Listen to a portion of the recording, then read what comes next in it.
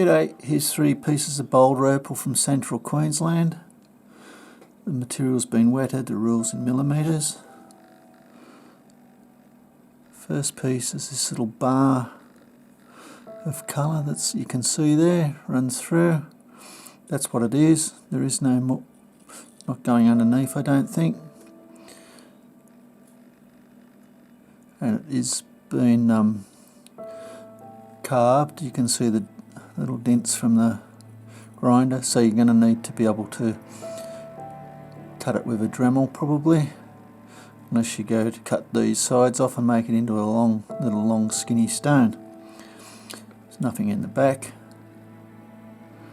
Second piece is this nice pattern piece.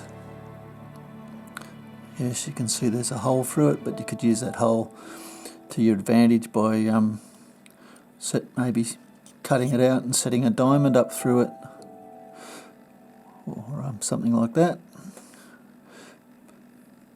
Think outside the square. It's both sides. Possibly cut it that way. It's another alternative. There's a pendant. Lucky last is basically just a little eye of colour on the end. I've thrown that piece in. Parcel's priced on the other two. Hope you've enjoyed. Cheers.